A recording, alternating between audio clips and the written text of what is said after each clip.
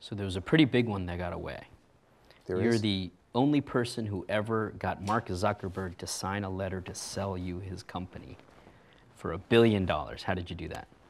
And what happened? Clearly not as successfully as you just made it sound. He signed the letter, he didn't actually end up doing it. You know, and Mark will tell you this, which is he was a reluctant seller from day one. And every great entrepreneur that I have ever met, at one point in time, feels like, wow, maybe I can't do it. So if you think about the history of Silicon Valley, like eBay almost sold several times to Yahoo. Yahoo almost sold for $2 million to AOL. AOL almost sold several times, including to Ziff-Davis back in the day when we were there. Almost everyone, Intuit almost sold to Microsoft. You can just go through this day in and day out. And so there's a moment in time where you say to yourself, I think I can, I think I can, I think I can. Well, $1 billion sounds like a lot of money. And I was very fortunate to meet Mark, and we had a very strange sort of connection, which is a number of his early employees were people that used to work for me and I remain friends with, and actually helped sign on to go over there. And then both Mark and I were born in the same hometown, several years apart.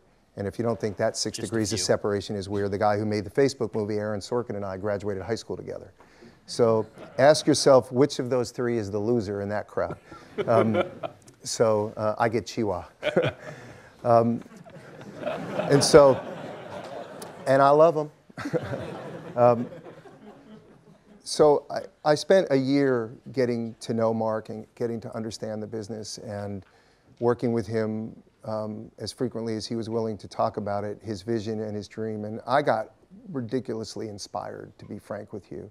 And it became more and more obvious to me that what Facebook was going to be wasn't what it was. So I think I met Mark, there were 4 million users or something like that. And you know, we kept modeling the company as if it was going to be 18 million users, which is pretty much 100% of college kids.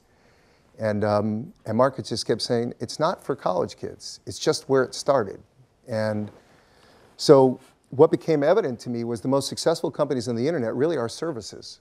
Email is a service, search is a service, Travelocity, Expedia, just keep thinking about it. Chegg's a service, eBay's a service, Amazon's a service, Apple's a service, right? It's services. And so he had viewed Facebook not as a media company or not as any of those historical definitions, but more as a utility that everybody could use and that everybody at some point would want to be connected to somebody else. Now, did he know how he was going to do all that? No. But he was very clear. And so I kept thinking, there are 6.5 billion people in the world, 300 million Americans. So the world's a very big place, much bigger than the United States. China was going to become the biggest internet country in the world. They have more internet users than we have citizens. So you can see all this happening. 50% of all new users were connecting through mobile devices. And that by the time my tenure was going to be done at Yahoo, over half the world was going to be connected to the internet somehow. And so it just sort of felt right. And so I think because I was as excited about his vision, the stuff that he knew and the stuff that he did know as he was, I think he felt, you'd have to ask him, that he could have confidence that somebody was just going to let him run with his dream. And you know, he was reluctant from day one, and I think when we gave him the opportunity to not do the deal, I think he just cheered. I think he was feeling pressure from his board, and at the end of the day, he turned out to be right. I think it would have been transformative for us at Yahoo. I think we don't know the road not taken, so we don't know if we would have messed it up or if it would have become even bigger. You'll never know. But I feel very fortunate to have built that relationship, and watching him build this dream is, now that I'm not at Yahoo, it's more exciting to see him build it there. But you know, we'll never know.